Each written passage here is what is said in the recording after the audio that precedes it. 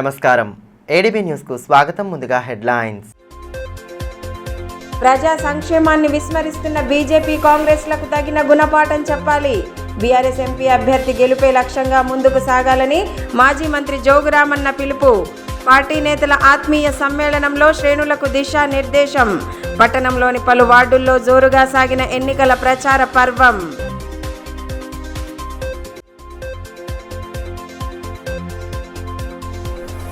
జిల్లాలో ప్రారంభమైన home voting. దరఖాస్తు చేసుకున్న వృద్ధులు, దివ్యాంగులకు ఇంటి వద్దే ఓటు వేసే సౌకర్యం.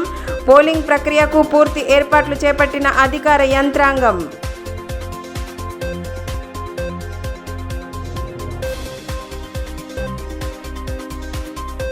ప్రజలకు ఇచ్చిన హామీలను అమలు చేయడంలో విఫలమైన కేంద్ర, రాష్ట్ర ప్రభుత్వాలు సామాన్య ప్రజానీకాన్ని తీవ్ర ఇబ్బందులకు గురి చేస్తున్నాయని బీఆర్ఎస్ జిల్లా అధ్యక్షులు మాజీ మంత్రి జోగురామన్న అన్నారు.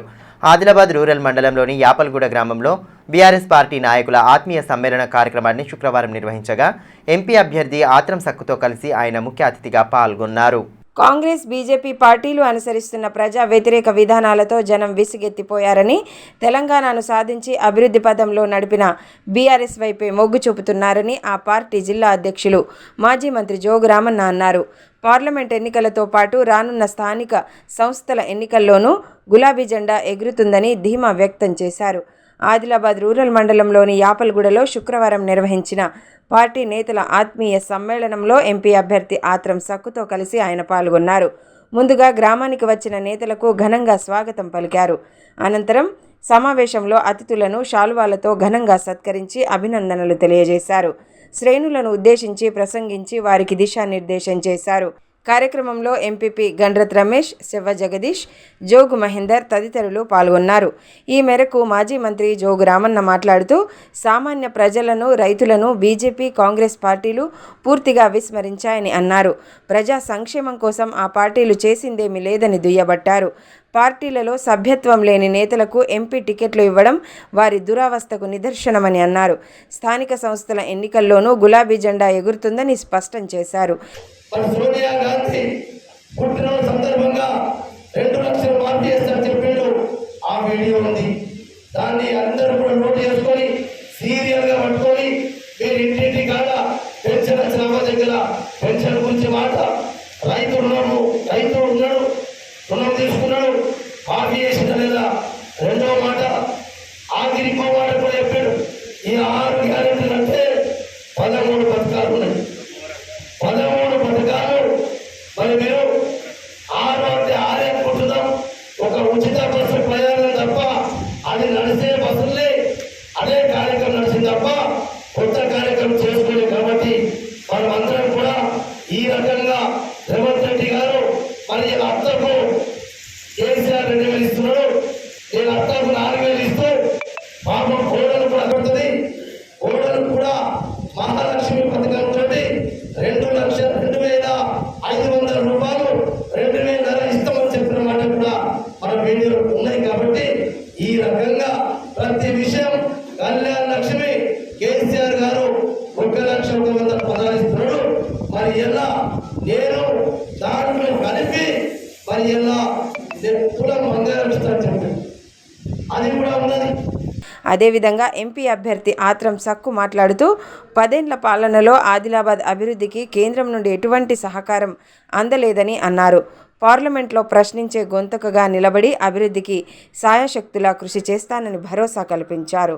ఇవాళ ఆదిలాబాద్ పార్లమెంట్లో 7 నియోజకవర్గాల్లో మన ఆదిలాబాద్ నియోజకవర్గంలోనే ప్రతి ఇంటింటికి ప్రచారం చేసి రోజువారీ కార్యక్రమాలు పర్యవేక్షిస్తున్న జోగురామన్న సార్ గారికి ప్రత్యేక ధన్యవాదాలు తెలియజేస్తూ, ఒకటి ఇవాళ మీరందరూ కూడా మీ ముఖ్య కార్యకర్తలు పోలింగ్ బూత్కు సంబంధించినటువంటి కార్యకర్తలను ఎందుకు సమావేశపరచడం తను జోగురామన్న సార్ గారు, నేను కావచ్చు, మేమందరం మండలాలు మాత్రమే విజిట్ చేస్తాము. మిగతా మండల నాయకులు కూడా ఆయా మండలాలు విజిట్ చేస్తారు. కానీ పోలింగ్ బూత్లో ఉన్నటువంటి కార్యకర్తలు ఎవరు ఉన్నారో మీరందరూ కూడా నిత్యం ఓటర్తో రోజువారీగా సత్సంవాదాలు కలిగి ఉండేవారు. కాబట్టి ఇవాళ ఇక్కడ చెప్పే మా కార్యక్రమాలు ముఖ్యంగా ఇవాళ ఆదిలాబాద్ పార్లమెంట్కి సంబంధించిన ఎన్నికలు జరుగుతున్న ఈ తరుణంలో మీరందరూ కూడా ఒకసారి ఆలోచన చేయండి. ఇవాళ మొట్టమొదటిగా బీఆర్ఎస్ పార్టీ అభ్యర్థిగా నన్ను ప్రకటించిన తర్వాత ఇవాళ మిగతా రాజకీయ పార్టీలు కూడా తప్పకుండా ఈ ప్రాంతంలో ఉన్నటువంటి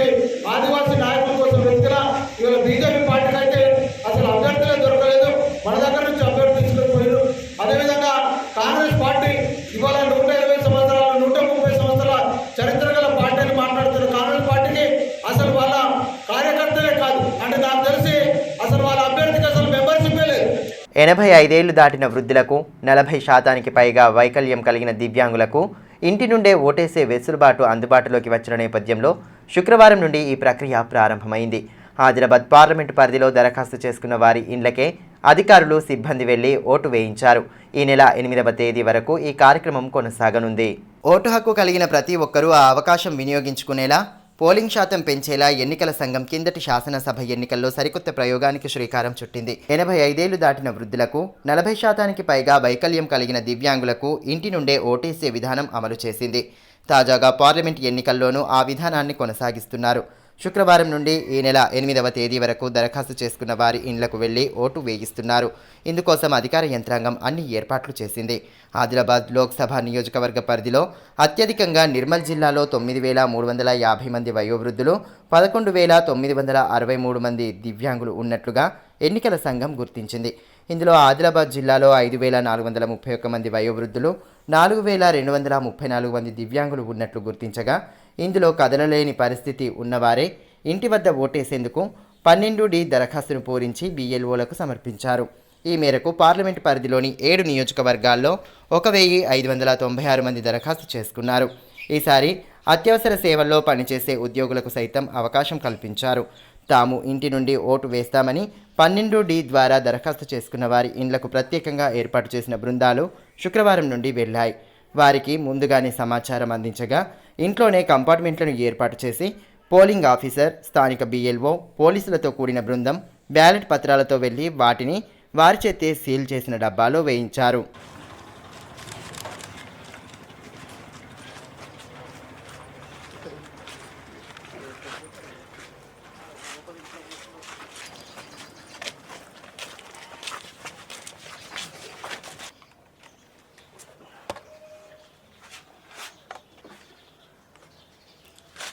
లోక్సభ ఎన్నికల నేపథ్యంలో బీఆర్ఎస్ శ్రేణులు విస్తృత ప్రచారం చేపడుతున్నాయి. పట్టణంలోని పలు వార్డుల్లో శుక్రవారం ఇంటింటి ప్రచారం చేపట్టిన నేతలు గత బీఆర్ఎస్ ప్రభుత్వ హయాంలో చేపట్టిన అభివృద్ధిని ప్రజలకు వివరించారు. కారు గుర్తుకే ఓటు వేసి ఎంపీ అభ్యర్థి ఆత్రం సక్కును భారీ మెజారిటీతో గెలిపించాలని కోరారు. లోక్సభ ఎన్నికల ప్రచారంలో ప్రధాన పార్టీల నేతలు నిమగ్నమయ్యారు. ఎన్నికలను ప్రతిష్టాత్మకంగా తీసుకున్న బీఆర్ఎస్ శ్రేణులు ఊరువాడ ప్రచారాన్ని హోరెత్తిస్తున్నాయి. ఇందులో భాగంగానే పట్టణంలోని పలు వార్డుల్లో శుక్రవారం ఇంటింటి ప్రచారాన్ని చేపట్టారు. పార్టీ పట్టణ అధ్యక్షులు అలాల్ అజయ్తో పాటు పలువురు నేతలు ప్రచార పర్వంలో పాల్గొన్నారు. ఆయా కాలనీలలో ఇంటింటికి తిరుగుతూ కారు గుర్తుకే ఓటు వేయాలని విజ్ఞప్తి చేశారు. గత బీఆర్ఎస్ హయాంలో చేపట్టిన అభివృద్ధిని ప్రజలు వివరించారు. కేంద్ర రాష్ట్ర ప్రభుత్వాల వైఫల్యాలను ఎండగట్టారు. జై తెలంగాణ నినాదాలతో ఆయా కాలనీ వీధులు మారుమోగాయి. కారు గుర్తుకు ఓటు వేసి ఎంపీ అభ్యర్థి ఆత్రం సక్కును భారీ మెజారిటీతో గెలిపించాలని ఈ సందర్భంగా నేతలు విజ్ఞప్తి చేశారు. కార్యక్రమంలో పార్టీ పట్టణ మహిళా విభాగం అధ్యక్ష, ప్రధాన కార్యదర్శులు స్వరూపారాణి, బొడగం మమత, కరుణ, బాదన్ గంగన్న, సాజిదొద్దీన్, రామ్ కుమార్, పందిరి భూమన్న తదితరులు పాల్గొన్నారు.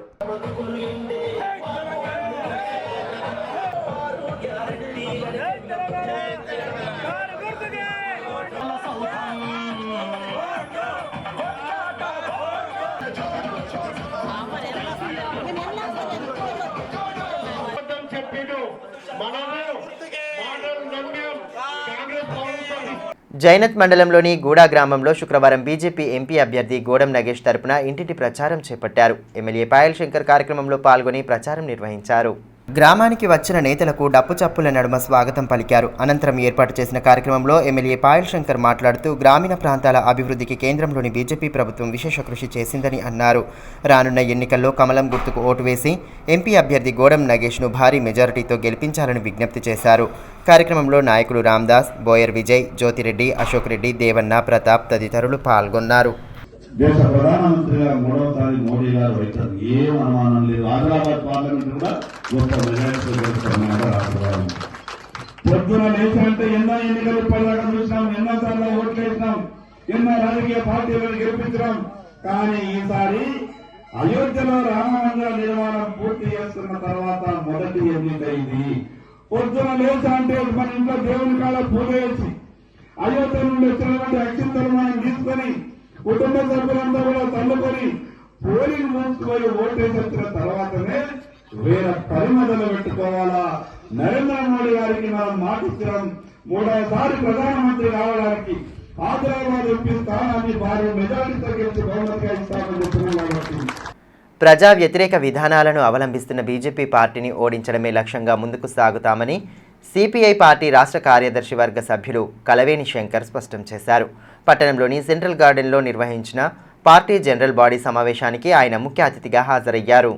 రానున్న పార్లమెంట్ ఎన్నికల్లో అనుసరించాల్సిన వ్యూహాలపై శ్రేణులకు పలు సూచనలు చేశారు. ఇండియా కూటమి తరపున కాంగ్రెస్ పార్టీ అభ్యర్థి ఆత్రం సుగుణ గెలుపుకు సిపిఐ కార్యకర్తలు కృషి చేయాలని పిలుపునిచ్చారు. కార్యక్రమంలో పార్టీ జిల్లా కార్యదర్శి Mudupu Prabhakar Reddy, Congress party Adilabad assembly incharge Kandi Srinivasa Reddy, DCCB chairman Addi Bhoja Reddy, నాయకులు విలాస్, ముడుపు నళినిరెడ్డి తదితరులు పాల్గొన్నారు. ప్రజా వ్యతిరేక విధానాలతో సామాన్యులను తీవ్ర ఇక్కట్లకు గురిచేసిన బీజేపీకి తగిన గుణపాఠం చెప్పాలని ఈ సందర్భంగా పార్టీ రాష్ట్ర కార్యదర్శి వర్గ సభ్యులు కలవేని శంకర్ పేర్కొన్నారు. కాంగ్రెస్ పార్టీ అభ్యర్థికి తమ సంపూర్ణ మద్దతు ఉంటుందని తెలిపారు.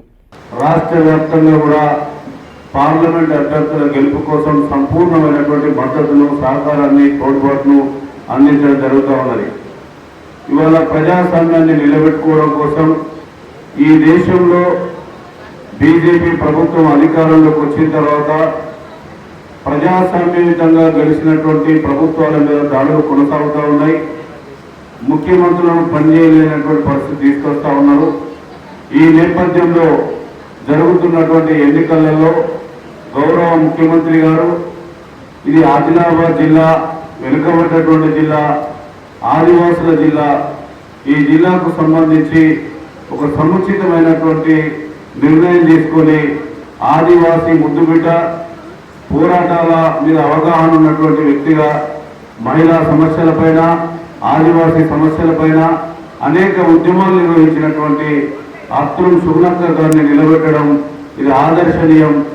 ఈ అవకాశాన్ని ఉపయోగించుకొని కమ్యూనిస్టు పార్టీ శ్రేణులుగా మనం మద్దతు పలుకుతున్నటువంటి ఈ అభ్యర్థిని అత్యధిక మెజార్టీతో గెలిపించడం కోసం అహర్నిశలు కష్టపడాలి. మనకున్న సమయాన్ని విచ్చేసి వారి గెలుపులో భాగస్వామ్యం కావాలని చెప్పి కోరుతూనే బాల్య వివాహాల నివారణకు క్షేత్రస్థాయిలో విస్తృత అవగాహన కల్పిస్తున్నారు. ఇందులో భాగంగానే భీంపూర్ అంగన్వాడీ కేంద్రంలో శుక్రవారం ఏర్పాటు చేసిన అవగాహన సదస్సులో పలువురు అధికారులు, సఖీ కేంద్రం నిర్వాహకులు పాల్గొని స్థానికులకు పలు సూచనలు చేశారు.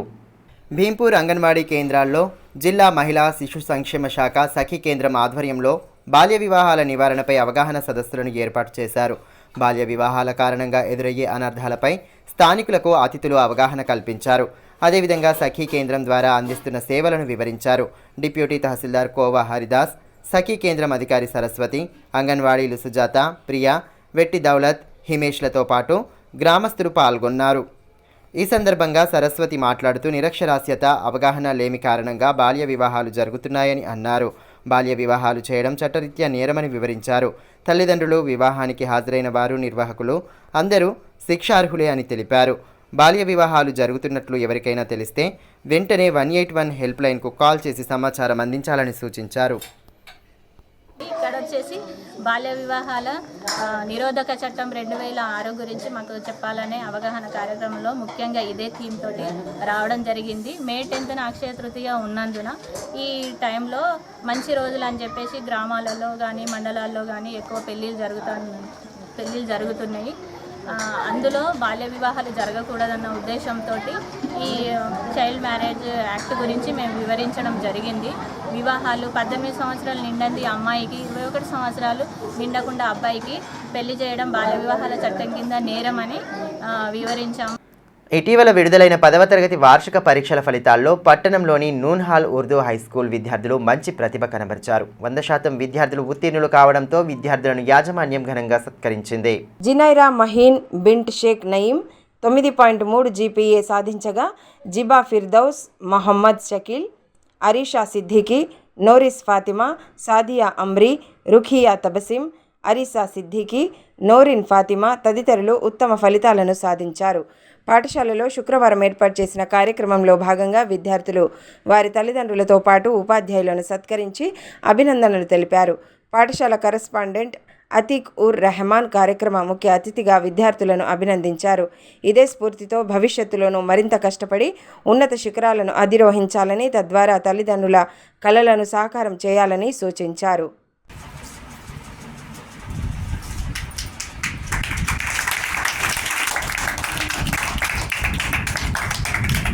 పట్టణంలోని యాదవ సంఘ భవనంలో శుక్రవారం సిపిఎం పార్టీ పార్లమెంట్ స్థాయి సమావేశాన్ని నిర్వహించారు.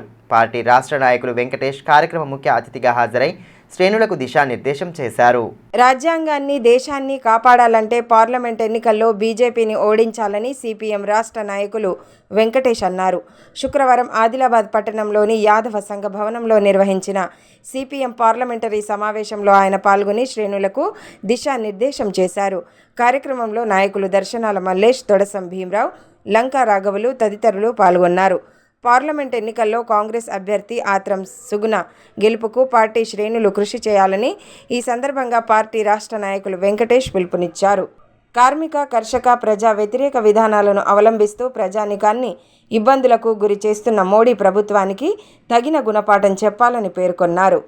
ఏదైతే కేంద్రంలో 10 సంవత్సరాల కాలం పాటు భారతీయ జనతా పార్టీ కార్పొరేట్ విధానాలకు అనుకూలంగా మతోన్మాద ఎజెండాతో భారతదేశాన్ని విభజనవాదం వైపు వెళ్ళాలనుకుంటా ఉన్నదో దానికి వ్యతిరేకంగా ప్రజలు, కోట్లాది మంది ప్రజలు ఆగ్రహంగా ఉన్నారు. మనందరికీ తెలుసు, 2024 ఫిబ్రవరి 16 దేశవ్యాప్తంగా శ్రామికులు, కార్మికులు, వ్యవసాయ కూలీలు అందరూ కలిపి 20 కోట్ల మంది శ్రమజీవులు నిరసన తెలియజేశారు. అంతకుముందు మీ అందరికి గుర్తుంది, జనవరి 22 నాడు రామాలయ విగ్రహ ప్రతిష్టాపన పేరుతో దేశమంతటా హిందుత్వ ఎజెండాని, ప్రజా సమస్యలను పక్కకి మళ్లించి, ప్రజల దృష్టిని మళ్లించి మీ వైఫల్యాలు ఏవైతే ఉన్నాయో ప్రభుత్వ రంగాన్ని ధ్వంసం చేశారు. ధరలు 30% అడ్డగోలుగా పెంచడం జరిగింది. అదేవిధంగా బ్యాంకులు, రైళ్లు, ఎల్ఐసి అనేక ప్రభుత్వ రంగ సింగరేణి అనేక సంస్థలు నిర్వీర్యం చేశారు. అలాగే పన్నులు, ప్రత్యక్ష పన్నులు ఏవైతే ఉన్నాయో అంటే ఎంప్లాయీస్కి డైరెక్ట్గా విధించేటటువంటి పన్నులు 30% వరకు పెంచారు. కానీ అదేవిధంగా కార్పొరేట్ సంస్థలు ఏవైతే ఉన్నాయో భారతదేశంలో 2000 కార్పొరేట్ సంస్థలు ఉన్నాయి. వారికి మాత్రం 2 నుంచి 4% మాత్రమే పన్నులు ఉన్నాయి. కష్టం చేసుకునేటటువంటి ఉద్యోగికేమో ఐటీ ఇన్కమ్ ట్యాక్స్ పేరుతో, పన్ను పేరుతో 30%, అడ్డగోలుగా వేల కోట్ల రూపాయలు, లక్షల కోట్లు సంపాదిస్తున్నటువంటి పెట్టుబడిదారులకు మాత్రం పేరు 2-3% మాత్రమే విధిస్తా ఉన్నారు. పార్లమెంట్ ఎన్నికల్లో కాంగ్రెస్ ఎంపీ అభ్యర్థి ఆత్రం సుగుణను భారీ మెజారిటీతో గెలిపించడమే లక్ష్యంగా ముందుకు సాగుతున్నామని ఆ పార్టీ భీంపూర్ మండల కన్వీనర్ అశోక్ స్పష్టం చేశారు. మండలంలోని గోనా, కమట్వాడ, గోవింద్పూర్ తదితర గ్రామాల్లో కాంగ్రెస్ శ్రేణులు ఇంటింటి ప్రచారం చేపట్టాయి. నాయకులు దాసరి రమేష్, మల్లేష్ యాదవ్, అన్ను పటేల్, మతిన్ పటేల్, తన్వీర్, శ్రీనివాస్, అమర్ రెడ్డి, షేక్ నిఖిల్, పెండెపు కృష్ణ, అనిల్ తదితరులు పాల్గొన్నారు. ఈ సందర్భంగా కమన్వార్ అశోక్ మాట్లాడుతూ కాంగ్రెస్ పార్టీతోనే బడుగు బలహీన వర్గాల జీవితాల్లో మార్పు వస్తుందన్నారు. ఇచ్చిన ప్రతి హామీని కాంగ్రెస్ పార్టీ నెరవేరుస్తుందని స్పష్టం చేశారు.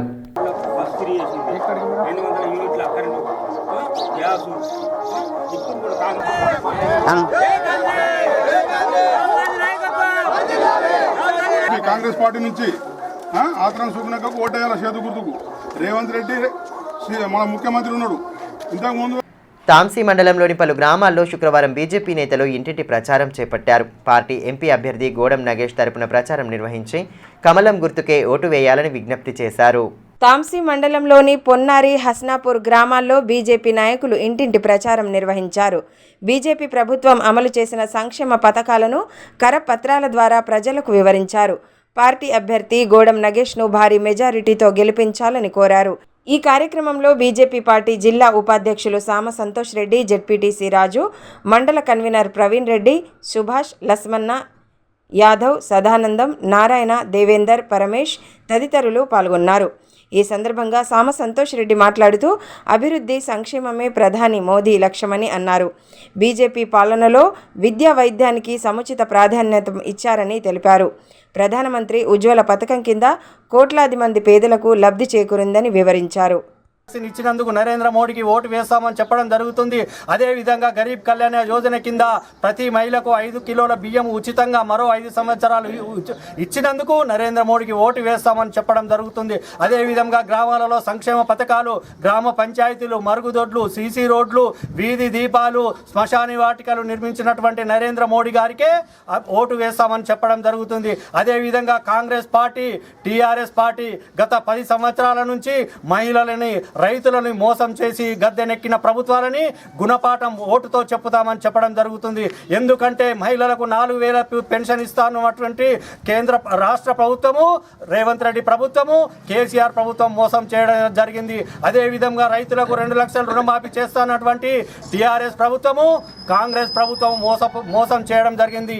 ఈ మోసం చేసిన ప్రభుత్వాలని ఓటుతో బుద్ధి చెప్తామని రానున్న రోజులలో భారతీయ జనతా పార్టీని, కేంద్రంలో నరేంద్ర మోడీ ప్రభుత్వాన్ని, ఆదిలాబాద్ జిల్లాలో గొడం నగేష్ గారి అభ్యర్థాన్ని గెలిపిస్తామని ఓటరు పోయినప్పుడు ఓటర్ మహాశయులు చెప్పడం జరుగుతుందని. అత్యవసర సమయంలో పలువురు యువకులు రక్తదానం చేస్తూ సామాజిక దృక్పథాన్ని చాటుతున్నారు. ఆదిలాబాద్ పట్టణానికి చెందిన 2 గర్భిణీలకు అత్యవసరంగా బి పాజిటివ్ రక్తం అవసరం కావడంతో సంబంధికులు సామాజిక కార్యకర్త పసుపుల రాజును సంప్రదించారు. విషయం తెలుసుకున్న ఆయన వెంటనే తన మిత్రులైన పురణ్ లాల్, ప్రవీణ్లకు సమాచారం అందించడంతో వారు ఆసుపత్రికి చేరుకుని రక్తదానం చేశారు. గర్భిణీలకు అత్యవసర సమయంలో రక్తదానం చేయడంతో వారి కుటుంబీకులు ధన్యవాదాలు తెలియజేశారు. ప్రశాంత్ కుమార్, సయ్యద్, కలీం తదితరులు కార్యక్రమంలో పాల్గొన్నారు. తీవ్రమైన ఎండల నేపథ్యంలో ఈ నెల 6వ తేదీ నుండి జరగబోయే డిగ్రీ సెమిస్టర్ పరీక్షలను వాయిదా వేయాలని తెలంగాణ మాదిగ జేఏసీ జిల్లా అధ్యక్షులు మల్యాల మనోజ్ డిమాండ్ చేశారు. 45 డిగ్రీలకు పైగా ఉష్ణోగ్రతలు నమోదు అవుతున్నాయని, ఈ సమయంలో పరీక్షలు జరిపితే విద్యార్థులు తీవ్ర ఇక్కట్లు ఎదుర్కోవాల్సి వస్తుందని ఆయన ఒక ప్రకటనలో పేర్కొన్నారు. విద్యార్థులకు వడదెబ్బ తగిలే అవకాశాలు సైతం ఉన్నాయన్నారు. ప్రస్తుతం జరగబోయే డిగ్రీ సెమిస్టర్ పరీక్షలను వాయిదా వేసి జూన్ మాసంలో నిర్వహించాలని విజ్ఞప్తి చేశారు. వార్తలు ముగించే ముందు హెడ్లైన్స్ మరోసారి. ప్రజా సంక్షేమాన్ని విస్మరిస్తున్న బీజేపీ, కాంగ్రెస్లకు తగిన గుణపాఠం చెప్పాలి. బీఆర్ఎస్ ఎంపీ అభ్యర్థి గెలుపే లక్ష్యంగా ముందుకు సాగాలని మాజీ మంత్రి జోగురామన్న పిలుపు. పార్టీ నేతల ఆత్మీయ సమ్మేళనంలో శ్రేణులకు దిశానిర్దేశం. పట్టణంలోని పలు వార్డుల్లో జోరుగా సాగిన ఎన్నికల ప్రచార పర్వం.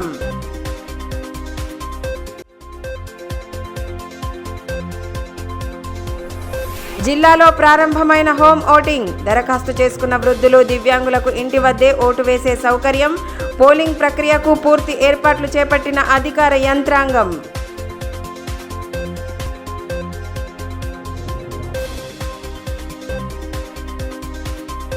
ఈ వార్తలు ఇంతటితో సమాప్తం. తిరిగి ప్రసారమయ్యే మరో బులెటిన్లో మళ్ళీ కలుసుకుందాం. అంతవరకు సెలవు. నమస్కారం.